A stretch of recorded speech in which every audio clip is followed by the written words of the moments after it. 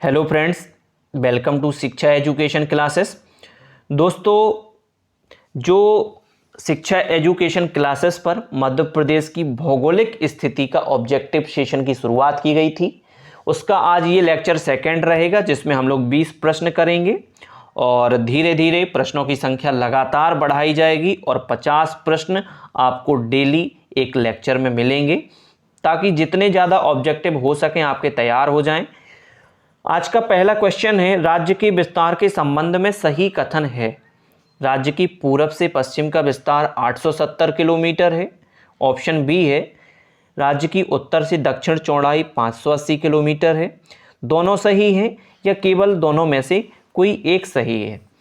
आप लोगों को याद हो कि मध्य प्रदेश राज्य की पूरब से पश्चिम लंबाई 870 किलोमीटर है, यानी ऑप्शन ए आपका यहाँ पर राइट आंसर है। बी आंसर सही क्यों नहीं है? उत्तर से दक्षिण सीमा 580 नहीं है, बल्कि कितनी है? ये है 605 किलोमीटर। याद रखना है, मध्य प्रदेश राज्य की उत्तर से दक्षिण लंबाई 605 किलोमीटर है। चलिए दोस्तों, अगला क्वेश्चन करते हैं। अगला क्वेश्चन है आपका, मध्य प्रदेश राज्य है कैसा राज्य है? समुद्री सीमा से घिरा राज्य है, पूर्ण भूआवेष्टित राज्य है, अंतर्राष्ट्रीय रेखा को छूने वाला है, या सभी है? मैंने इसके पहले वाले लेक्चर में बताया था आपको, मध्य प्रदेश एक प्रकार से पूर्ण भू आवेष्टित राज्य है, जिसकी सीमा जमीनी तौर पर अन्य राज्यों से लगती है। ना तो मध्य प्रदेश की सीमा समुद्र से लगती है और ना ही किसी अंतर्राष्ट्रीय रेखा से लगती है। तो दोस्तों, इसका सही आंसर हो जाएगा ऑप्शन नंबर बी। चलिए अगला क्वेश्चन करते हैं। अगला क्वेश्चन आपका ये रहा, मध्य प्रदेश के गठन के संबंध में गलत कथन आपको यहां पर बताना है। महाकौशल की राजधानी जबलपुर थी। बुल्ढाना, अकोला सहित 8 जिलों को मुंबई को दे दिया गया। तत्कालीन संपूर्ण विंध्य प्रदेश को मध्य प्रदेश में मिलाया गया। मंदसौर जिले की भानपुरा तहसील को राजस्थान को दे दिया गया। दोस्तों, इसमें जो पहला ऑप्शन दिया है, महाकौशल की राजधानी जबलपुर थी, ये सही है। ऑप्शन जो यहां पर बी दिया, बुल्ढाना, अकोला सहित 8 जिले मुंबई राज्य को दे दिए गए, ये भी ऑप्शन आपका सही है। बुल्ढाना, अकोला, यवतमाल, मांदा, चांदा, तो ये आपको याद रखना है।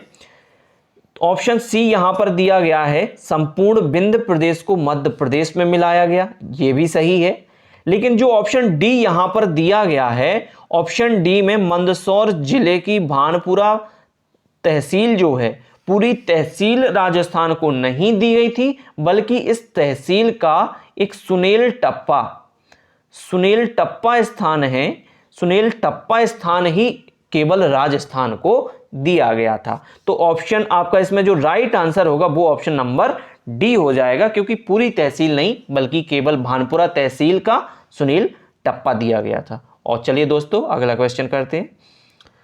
अगला क्वेश्चन आपका ये रहा, भौतिक बनावट की दृष्टि से मध्य प्रदेश को कितने भागों में बांटा गया है? ऑप्शन ए 5 भाग, ऑप्शन बी 6 भाग, ऑप्शन सी 7 भाग, ऑप्शन डी 8 भाग।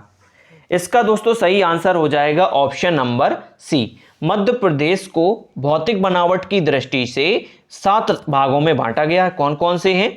यहां पर हो जाएगा मध्य भारत का पठार ऊपर वाले पार्ट में, और यहां उसके बाद हो जाएगा बुंदेलखंड का पठार, इसके बाद यहां रीवा पन्ना का पठार, थोड़ा नीचे आएंगे तो बघेलखंड का पठार, इसके बाद ये मालवा का पठार, नर्मदा सोन घाटी, और नीचे में आ जाएगा सतपुड़ा मैकल श्रेणी।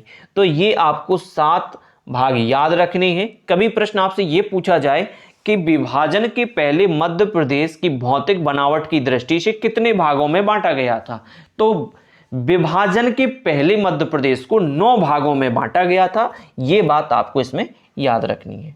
चलिए दोस्तों, अगला क्वेश्चन करते फटाफट। अगला क्वेश्चन है, निम्न पठारों में से किस पठार का निर्माण ज्वालामुखी उद्गार से निकले लावे से हुआ है? मालवा का पठार, बुंदेलखंड का पठार, बघेलखंड का पठार या रीवा पन्ना का पठार। दोस्तों यहां पर जो ज्वालामुखी उद्गार से जिस पठार का निर्माण हुआ वो है आपका मालवा का पठार। यहां पर दक्कन ट्रैप की चट्टानें भी पाई जाती हैं, ये आपको याद रखना है कि ज्वालामुखी उद्गार से मालवा पठार का निर्माण हुआ और यहां पर दक्कन ट्रैप की चट्टानें या सेल पाई जाती हैं। चलिए दोस्तों अगला क्वेश्चन करते हैं।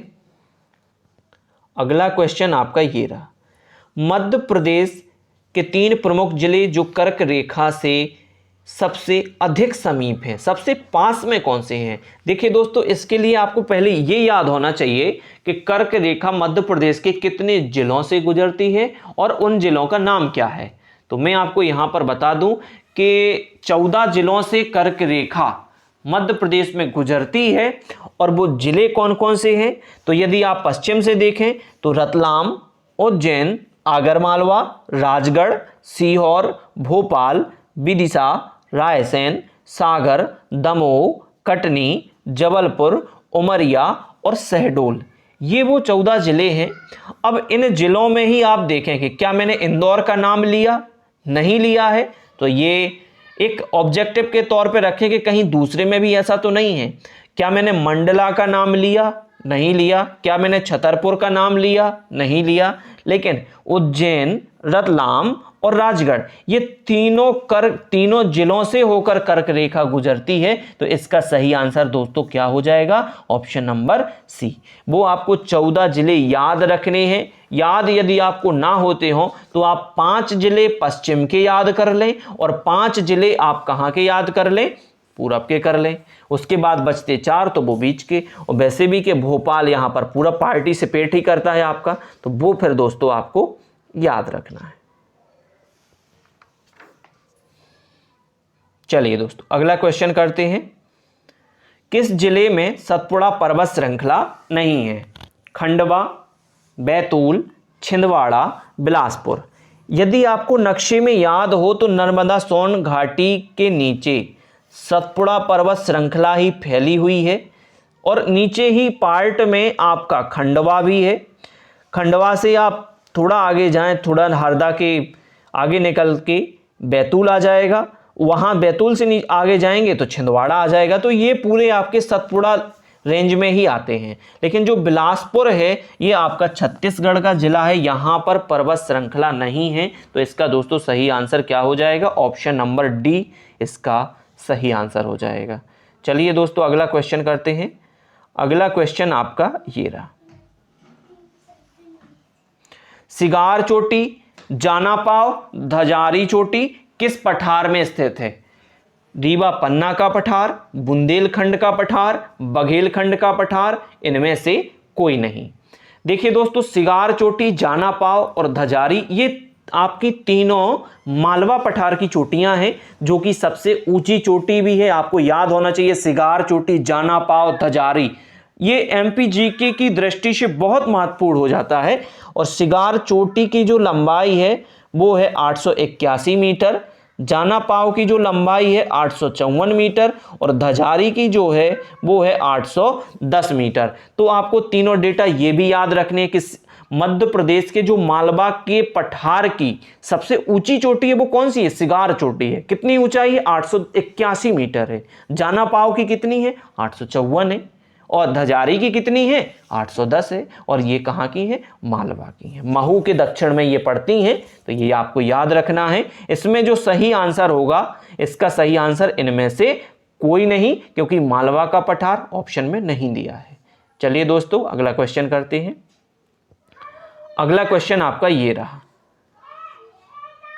मध्य प्रदेश का सर्वोच्च शिखर धूपगढ़ किस पठार में स्थित है?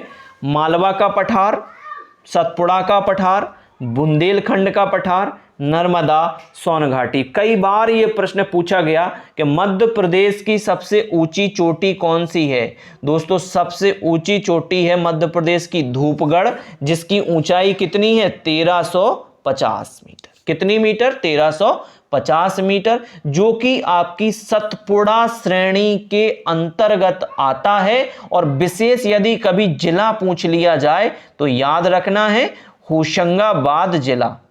ठीक है दोस्तों, कौन सा जिला? होशंगाबाद। तो धूपगढ़ किस श्रेणी में आएगा आपका? सतपुड़ा की श्रेणी में आएगा। चलिए दोस्तों अगला क्वेश्चन करते हैं।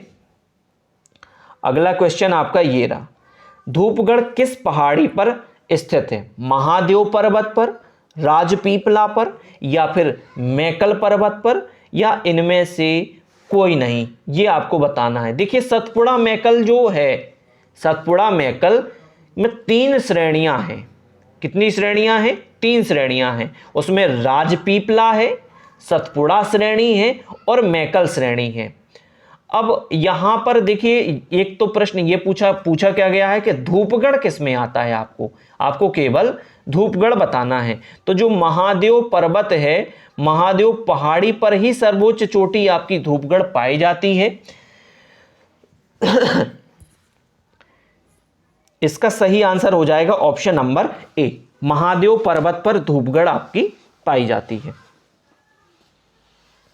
चलिए दोस्तों अगला क्वेश्चन आपका ये रहा, मध्य प्रदेश के किस पठार में चौपायों की संख्या सर्वाधिक है?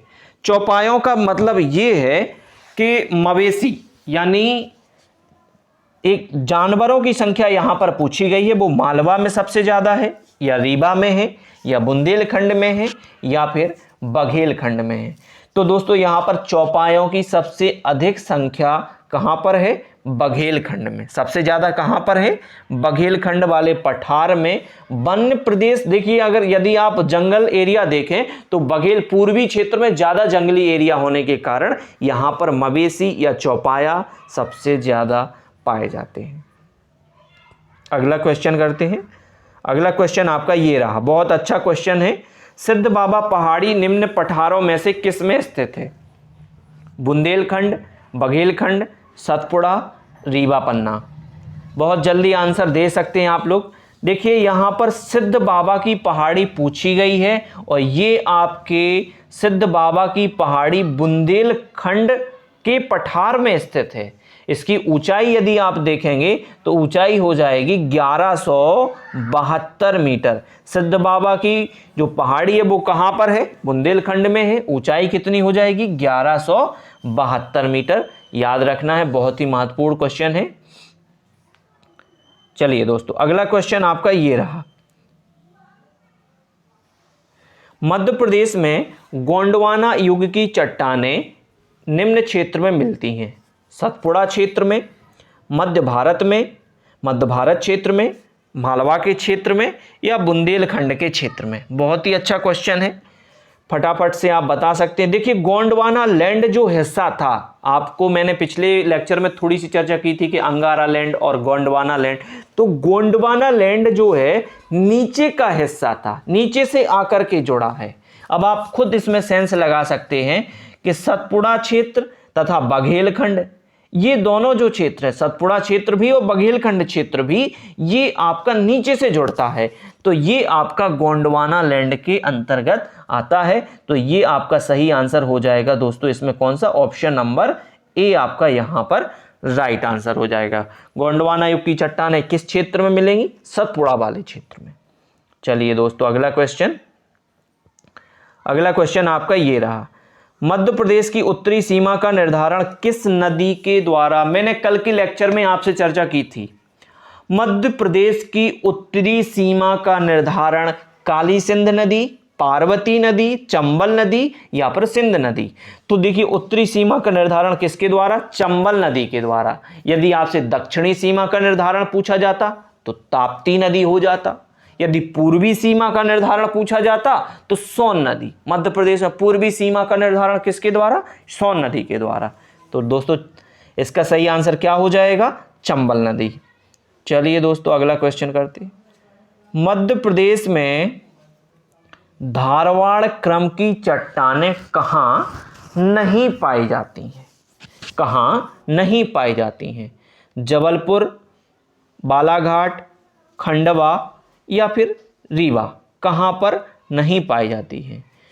मालवा के पठार में आपको याद हो, मैंने अभी देखो खंडवा जो ये क्षेत्र है आपका मालवा के क्षेत्र में आएगा हल्का सा, और नीचे में खंडवा आपका ये इसमें सतपुड़ा में आएगा। खंडवा में ज़्यादातर जो चट्टानें हैं ये दक्कन ट्रैप की चट्टानें हैं, जबकि आर्कियन समूह की जो धारवाड़ क्रम की चट्टानें हैं ये आपकी बालाघाट, धारवाड़ क्रम की जो चट्टानें हैं वो बालाघाट में भी आपको याद हो वो चिपली श्रेणी, जबलपुर में, और रीवा की गोंडाइट वाली जो चट्टानें हैं वो यहाँ पर पाई जाती हैं। तो धारवाड़ क्रम आपका जबलपुर में भी है, बालाघाट में भी है, रीवा में है, लेकिन खंडवा में दोस्तों नहीं है। आपकी खंडवा में दक्कन ट्रैप की चट्टानें पाई जाती हैं। किस प्रकार की? दक्कन ट्रैप की चट्टानें पाई जाती हैं। चलिए दोस्तों अगला क्वेश्चन करते हैं।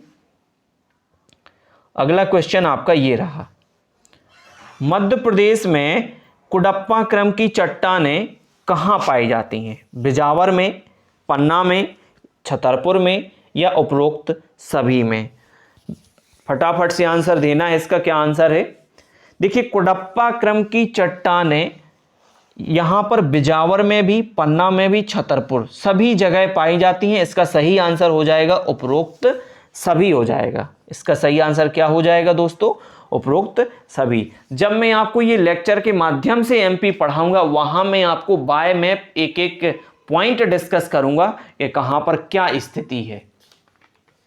चलिए दोस्तों अगला क्वेश्चन करते हैं। अगला क्वेश्चन आपका दिया है, मध्य प्रदेश के किस स्थान को पूर्ण पाषाण युगीन नहीं माना जाता है? ग्वालियर, सीधी, मंदसौर या खंडवा? फटाफट से आपको आंसर देना है। देखिए यहाँ पर यदि हम ग्वालियर क्षेत्र की बात करें तो ग्वालियर में कोई भी विशेष आपका पाषाण कालीन साक्ष्य नहीं है वहां पर, तो ग्वालियर आपका इसमें सही आंसर हो जाएगा, जो पाषाण युगीन नहीं माना जाता है। ऑप्शन आपका ए यहां पर राइट आंसर हो जाएगा दोस्तों। सीधी, मंदसौर, खंडवा ये आपके इन जिलों में आपके कुछ प्रमाण, आपके कुछ साक्ष्य कहें तो वहां प्राप्त हुए हैं, जिस कारण से सीधी, खंडवा, मंदसौर को पाषाण युगीन माना जाता है। चलिए दोस्तों अगला क्वेश्चन करते हैं। अगला क्वेश्चन दिया है आपका, अविभाजित मध्य प्रदेश की पूर्व से पश्चिम की ओर लंबाई कितनी थी? अभी अभी मैंने बताया कि विभाजन के बाद स्थिति पूर्व से पश्चिम 870 और उत्तर से दक्षिण 605, लेकिन ये विभाजन से अविभाजित यानी विभाजन से पहले, तो विभाजन से पहले पूरब से पश्चिम जो आप यहां पर लंबाई थी वो थी कितनी? 1127 किलोमीटर। याद रखना है आपको, जब मध्य प्रदेश का विभाजन नहीं हुआ था तो पूरब से पश्चिम जो लंबाई थी 1127 किलोमीटर, और अगर उत्तर से दक्षिण पूछी जाती तो फिर इसका आंसर हो जाता 996 किलोमीटर। क्या हो जाता दोस्तों? 996 किलोमीटर। चलिए दोस्तों अगला क्वेश्चन करते हैं। अविभाजित मध्य प्रदेश की उत्तर से दक्षिण लंबाई, अभी मैंने आपको जो प्रश्न बताया वही है यहां पर, तो उत्तर से दक्षिण कितना? 996। ऑप्शन नंबर ए यहां पर राइट आंसर हो जाएगा। चलिए दोस्तों अगला क्वेश्चन करते हैं। अगला क्वेश्चन आपका दिया है, अविभाजित मध्य प्रदेश की भौगोलिक स्थिति क्या थी? सही कथन आपको इसमें बताना है। 17 डिग्री 46 मिनट उत्तरी अक्षांश से 26 डिग्री 30 मिनट उत्तरी अक्षांश तक। सही है दोस्तों, क्योंकि आज जो ये स्थिति है कि 21 डिग्री 6 मिनट से 26 डिग्री 30 मिनट, ये आज की स्थिति है, लेकिन इसके पहले क्या थी? 17 डिग्री 46 मिनट से 26 डिग्री 30 मिनट, और देशांतर में 74 डिग्री 9 मिनट से 84 डिग्री 51 मिनट देशांतर के मध्य। इसमें दोनों सही हैं आपके। ऑप्शन नंबर सी आपका यहां पर राइट आंसर हो जाएगा। चलिए दोस्तों अगला क्वेश्चन करते हैं।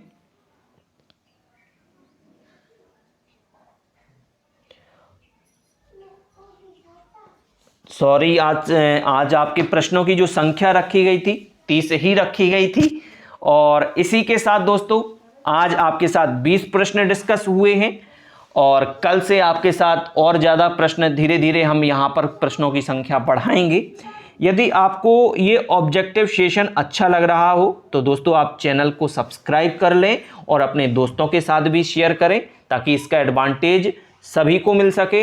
ये सीरीज आपकी लगातार जारी रहेगी और भी जो जो क्लासेस स्टार्ट हुई हैं, चाहे वो पुलिस सीरीज हो चाहे कोई भी हो, थोड़ी व्यस्तता होने के कारण इरेगुलरिटी हो रही है, जिसे मैं बहुत जल्द बिल्कुल रेगुलर वे में आपको उपलब्ध करवाऊंगा।